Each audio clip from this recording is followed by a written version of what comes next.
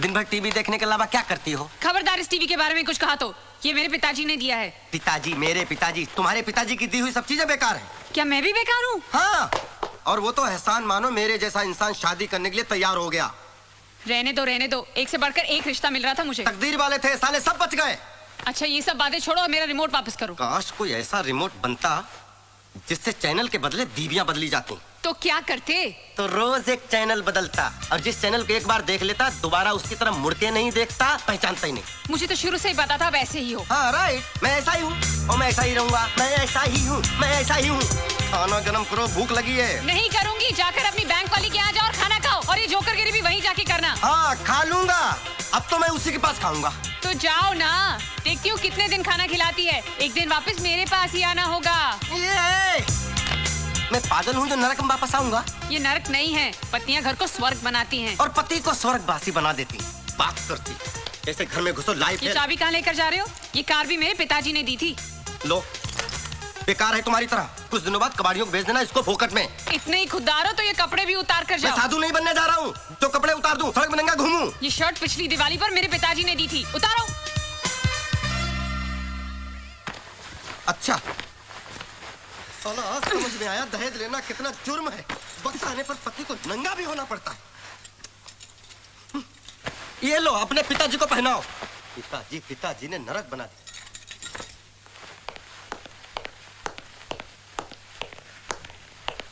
ये तो तुम्हारे पिताजी का दिया हुआ नहीं है ना? हैं?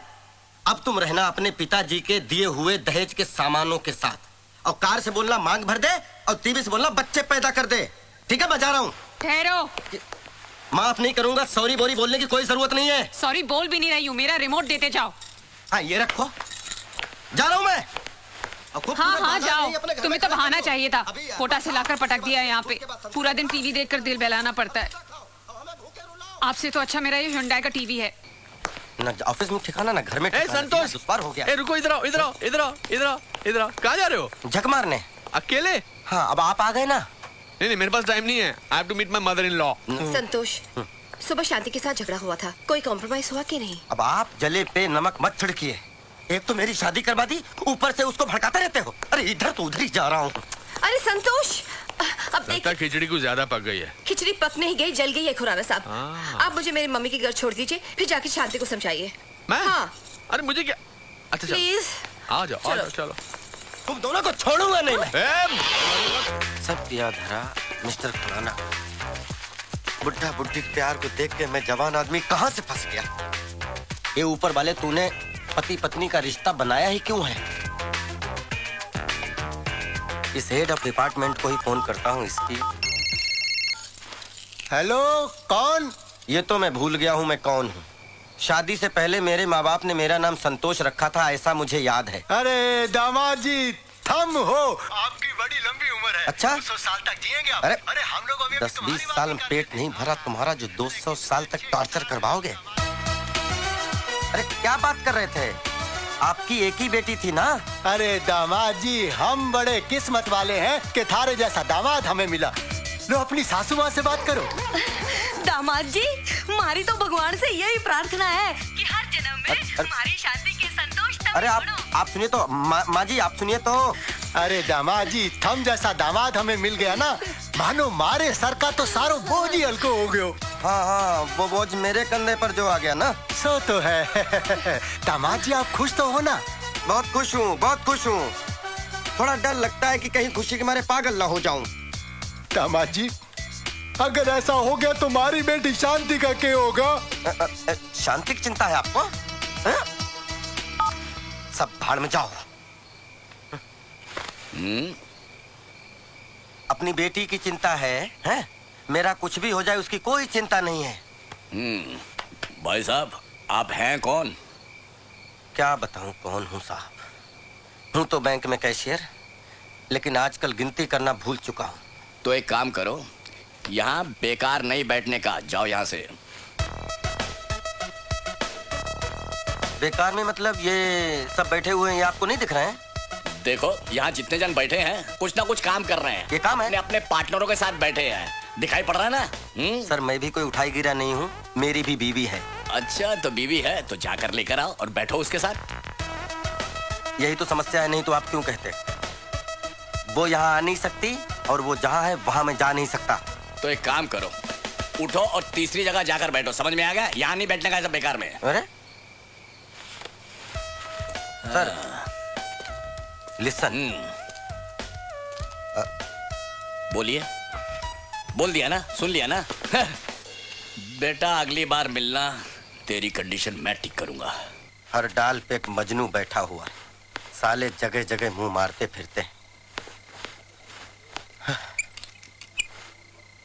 क्या हुआ, तुम भी नहीं चलोगे? साला पानी का भी अकाल है। लोग सही कहते हैं, हर पत्नी विदाई के वक्त रोने का ढोंग करती है, फिर पूरी जिंदगी पति को रुलाती है। भूख भी लगी है, खाना खा के घर से निकलता तो अच्छा रहता।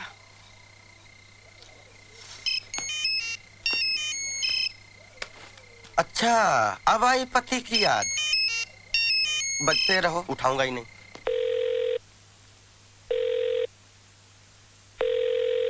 फोन नहीं उठा रहे। दोबारा लगाओ, उठाएगा, दोबारा लगाओ, चलो। आप भी सुनिए वो क्या कहते हैं। ओके। अरे ये तो पीछे पड़ गई। चलो इस बार उठा लेता हूँ। क्या है?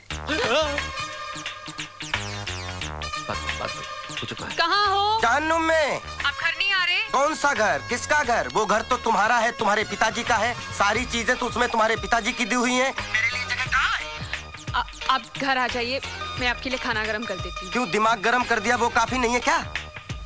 आप प्लीज घर आ जाइए, खाना खा लीजिए ना। अरे मुझे नहीं खाना तुम्हारा खाना। कमाता हूँ, कोई फटीचन नहीं हूँ। जाके होटल में खाऊंगा, होटल में।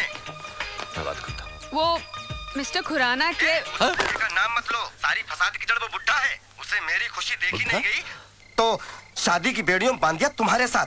अब खुद के लिए इतनी बढ़िया बीवी देख ली। मेरा बस चले तो उस बुड्ढे को किसी खड्डे में डाल दूं। हम मियां बीवी दोनों डूब। तुम्हें बात करो। Hello hello hello. Phone cut गया। काटा नहीं, उस बेवकूफ ने काटा है।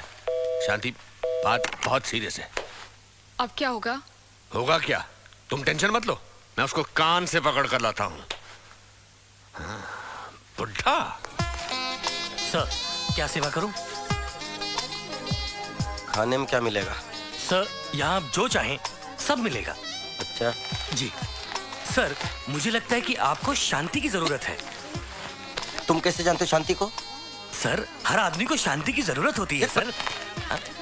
वो मेरी बीवी है, कोई पब्लिक प्रॉपर्टी नहीं है। सर, मैं मन की शांति की बात कर रहा था, और वो शांति सिर्फ घर में मिलती है, होटल में नहीं सर। यहाँ मामला उल्टा है। खैर कुछ खिला दो। जी सर, मैं कुछ लाता हूँ। अब कुछ ना कुछ लेकर आता हूँ सर। ओके। वेटर भी खुराना की तरह लेक्चर देता है। तुमने तो तुम्हारे हस्बैंड को कंट्रोल में कर लिया है। मेरी सोच मर्दों के मामले में बिल्कुल अलग है। बस हस्बैंड प्यार करने वाला मिले, वाइफ को समझने वाला मिले, वाइफ को सपोर्ट करने वाला मिले, ऐसा होना चाहिए। और इस मामले में तो आई एम वेरी लकी। मेरा पति बिल्कुल ऐसा है, वो मुझे बहुत समझता है।